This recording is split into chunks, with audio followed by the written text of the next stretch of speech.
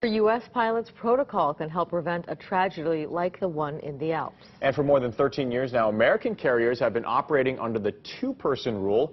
KITV4's Andrew Pereira joins us live in studio to explain. Andrew? Well, Kenny and Yunji, airlines across the globe are quickly implementing that two-person rule following Tuesday's tragic crash in the French Alps. It's as clear as ever today. When you fly commercial, you're putting your life in someone else's hands. You know, I think here in the U.S., I think that the trust is still there.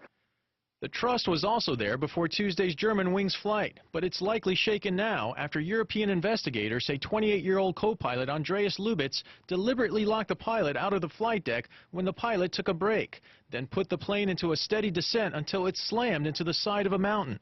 If it had been an American jetliner, Lubitz would never have been alone.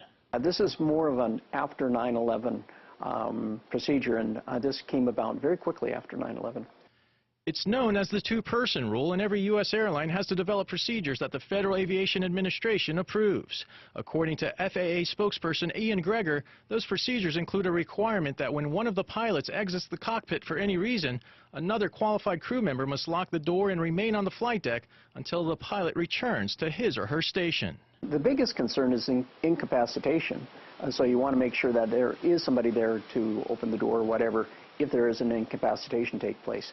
But this also provides some protection as well if you have a crew member that does something very strange. Hawaiian Airlines would not tell us how they go about picking the person that takes the place of a pilot or co-pilot inside the cockpit, so we're unsure if Hawaiian would choose the strongest male steward if one is available. Even if it's someone small in stature, Foreman says the two-person rule is a strong deterrent against a pilot bent on destroying an aircraft. The outcome is not certain, so you know, there would be a struggle, and that would be something that by itself could dissuade somebody from actually doing something like that.